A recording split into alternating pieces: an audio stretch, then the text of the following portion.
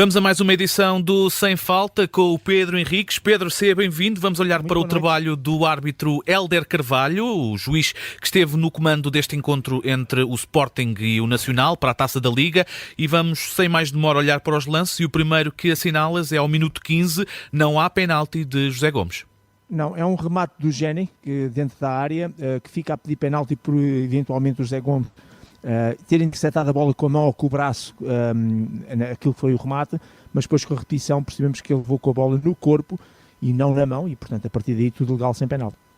Minuto 23, aqui o Ulisses fez penalti e uma má decisão por parte da equipa de arbitragem. Sim, na primeira repetição que foi dada na televisão, era uma repetição que se percebia que o Ulisses estava na frente, tinha a posição ganha e que eventualmente o braço, ao ter sido deixado para trás, tinha sempre apenas promovido um contacto. Depois deram mais duas repetições e foi isso que eu disse no direto, que fiquei com a ideia que não era penalti. Depois mais à frente intervi para dizer que afinal havia mesmo penalti, porque faltavam-nos outras repetições, e as outras repetições mostraram que o Ulisses, ao esticar e sem necessidade nenhuma o braço esquerdo para trás, acaba ali com a zona do cotovelo por acertar em cheio na zona do queixo e até do rosto, mas sobretudo mais na parte de baixo da cara, portanto, a nível do queixo, do maxilar-lujo. Ora, isto já não é proteger a bola, já não é tentar proteger o espaço, a bola, a sua própria posição. Isto é deliberadamente atingir, acertando com um braço, neste caso no rosto, no queixo, de um adversário. Isto é livre direto, como foi dentro da área, ficou aqui um penalti para assinalar. Lance difícil para o árbitro, porque também em lance corrido fica a ideia de dureza no contacto, mas sem falta, mas depois percebemos que existe uma infração, portanto é um caso de televisão, como se costuma dizer, e televisão significa vídeo árbitro, por isso aqui a ajuda do VAR era indispensável e não existiu.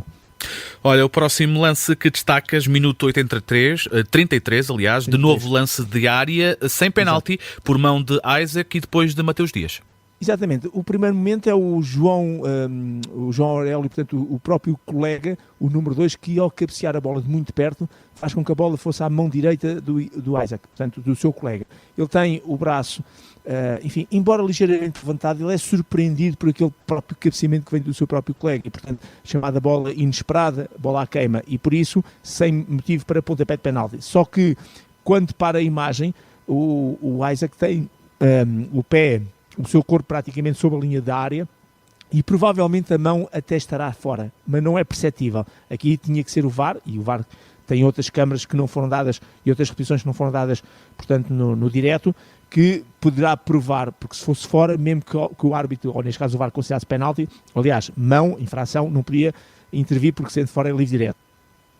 Depois, logo a seguir, na sequência desse lance, o Mateus Dias, com o pé esquerdo, intercepta e corta a bola ao Fresneda, que mais ou menos se projetou para o chão na tentativa de driblar um adversário, talvez em desequilíbrio, talvez também tentar ganhar mais qualquer coisa. O importante é que o Mateus Dias não rasteirou o Fresneda. E, portanto, estes dois momentos, o segundo, claramente, que é dentro da área, mas não há penalti. O primeiro, mesmo que fosse dentro, não seria penalti, mas fica a dúvida se realmente esse contato com a mão foi dentro ou não, mas mesmo que fosse dentro, não seria penalti. Pedro Henriques, vamos olhar para o último lance que destacas da primeira parte, 45+2, o cartão amarelo mostrado ao guarda-redes do Nacional, Lucas França, por perda de tempo.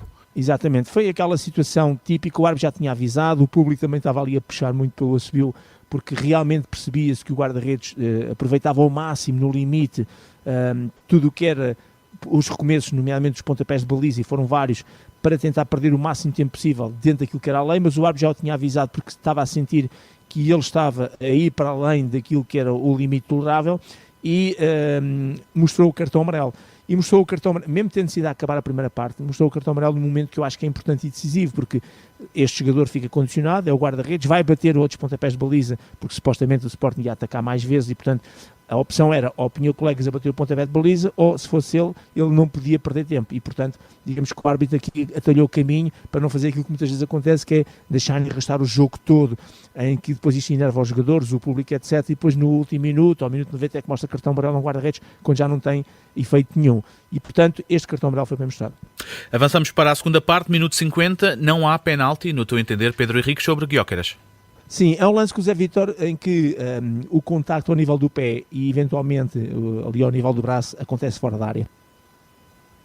E portanto, ao acontecer fora da área, mesmo que considerássemos falta, estaria em causa um livre direto. O VAR não podia intervir nesta circunstância.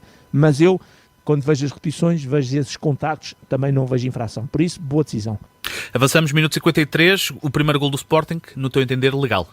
Sim, 2 momentos de análise para o Morita. O momento que é feito o passe para o Morita, ele não está em fora de jogo, de resto isto teve em análise. E depois um segundo momento, o Morita vai quase à linha de baliza para cruzar a bola. E a bola foi cruzada ainda dentro do terreno de jogo. E portanto esses foram os 2 momentos que fizeram, por instantes, perceber se o gol obtido de São Tomé pelo Ullmann tinha sido legal, não em relação ao Ullmann, mas sobretudo em relação aos 2 momentos de fora de jogo e da bola ter cruzada dentro do terreno de jogo por parte de Morita. Tudo correto, tudo certo.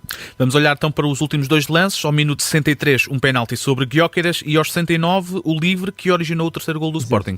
O penalti é claro, o Lises realmente não para o seu movimento, o árbitro até faz aquele gesto de varrer e varre mesmo o calcanhar do Gyökeres, portanto pontapé de penalti bem assinalado.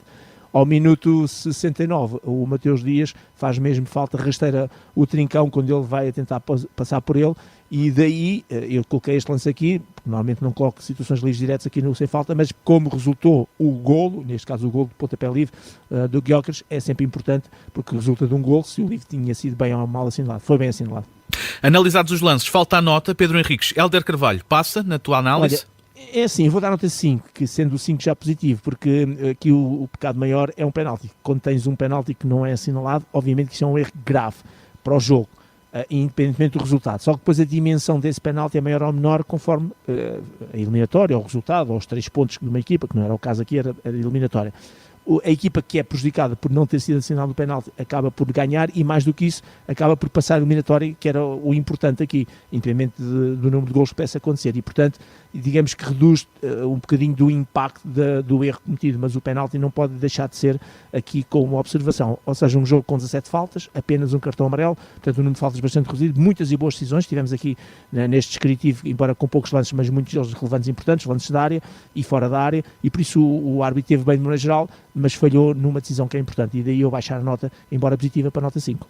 Nota 5, dada por Pedro Henriques ao trabalho de Hélder Carvalho, esteve no Sporting Nacional da Taça da Liga, e é desta forma, fechamos mais uma edição do Sem Falta. Pedro Henriques, muito obrigado, é sempre um gosto. Vai ficar, como sempre, disponível em podcast.